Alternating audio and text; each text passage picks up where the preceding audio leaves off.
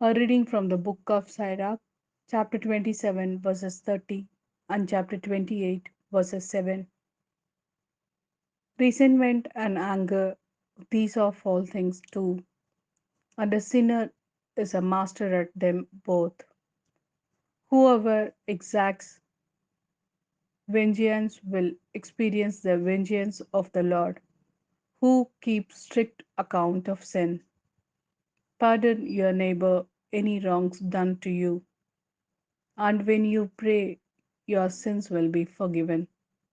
If anyone nurses anger against another, can one then demand compassion from the Lord, showing no pity for someone like oneself? Can one then plead for one's own sins? Mere creature of flesh, yet cherishing resentment, who will forgive one for sinning? Remember the last things and stop hating corruption and death, and be faithful to the commandments. Remember the commandments and do not bear your fellow ill will. Remember the covenant of the Most High and ignore the offense. This is the word of Lord. Thanks be to God. Second reading.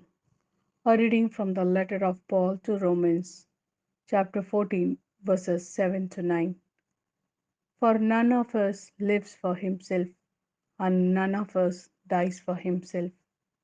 While we are alive, we are living for the Lord, and when we die for the Lord.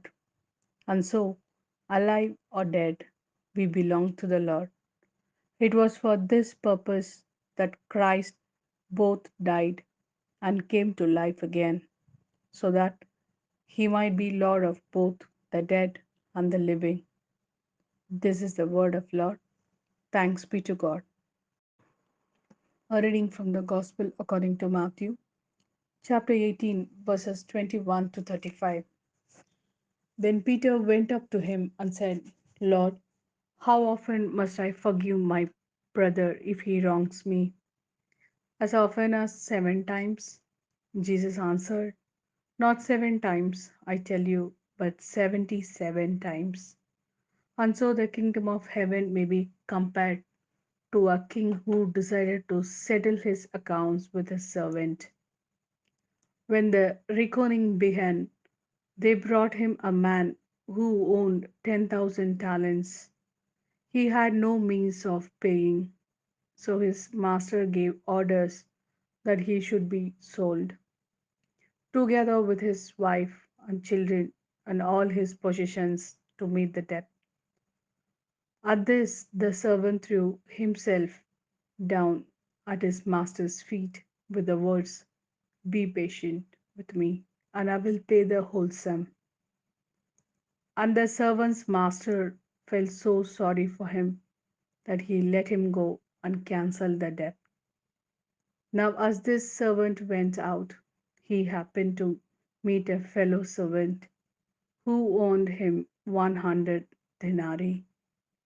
And he seized him by the throat and began to throttle him, saying, Pay what you owe me. His fellow servant fell at his feet and appealed to him, saying, Be patient with me, I will pay you. But the other would not agree. On the contrary, he had him thrown into prison till he should pay the debt. His fellow servants were deeply distressed when they saw what had happened, and they went to their master and reported the whole affair to him. Then the master sent for the man and said to him, You wicked servant, I cancelled all the debt of yours, what you appealed to me. Were you not bound then to have pity on your fellow servant, just as I had pity on you? And in his anger, the master handed him over to the torturers till he should pay all his debt. And that is how my heavenly Father will deal with you unless you each forgive your brother from your heart.